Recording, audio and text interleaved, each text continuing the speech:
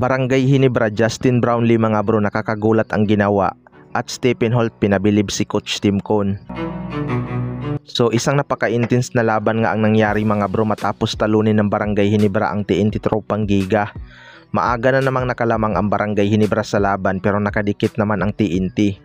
This time maalat nga sa 3 points area ang TNT Tropang Giga, kaya nalamangan sila ng 15 points. Tulad ng sinabi ni Coach Tim Cone mga bro, kailangan nga nilang mag-improve sa kanilang depensa at naipakita naman nila yan sa Game 2. Nilockdown nga ni Stephen Holt si RHG mga bro kaya nalimitahan ang produksyon nito. Napabilib talaga si Coach Tim Cone sa depensa ni Stephen Holt kay Rundi. Alam naman natin na import stopper ng Barangay Ginebra itong si RHG, lalo na kapag kaya niya lang namang bantayan. Hindi nga masyadong nakagalaw si RHG dahil inaasawa talaga siya ni Stephen Holt sa depensa. Marami ding na bad trip at gusto pang ipa-disqualify itong si Coach Chot Reyes mga bro dahil kada pito ng referee ay panay reklamo nga ito at parang sinasabi na walang violation. Well, para sa akin mga bro, dala lang din siguro ng emosyon nyo ni Coach Chot Reyes. Normal lang naman talaga siguro sa isang coach na mag-react kapag pumito ang referee. Pero parang sobra na din talaga dahil kahit kitang-kita ang violation mga bro ay nagre-reklamo pa rin. Wala naman kasi sa tawagan ang naging problema ng kanilang performance kundi na sa kanilang shooting dahil maalat nga sila sa 3 points area. Sa kabilang banda naman mga bro, Justin Brownlee, nakakagulat ang ginawa.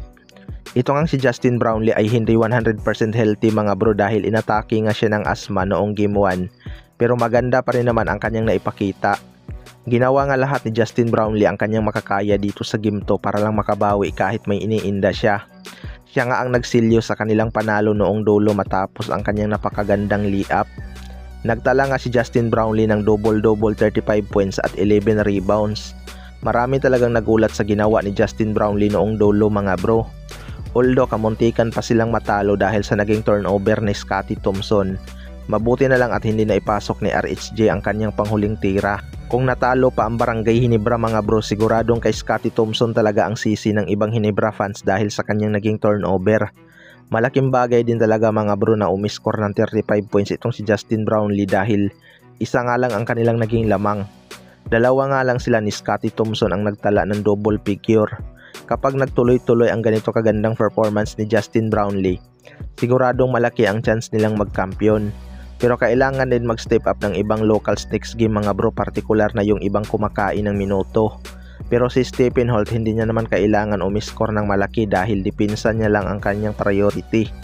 Kailangan lang talaga niyang limitahan si RHG. Kayo mga bro, ano masasabi niyo tungkol dito?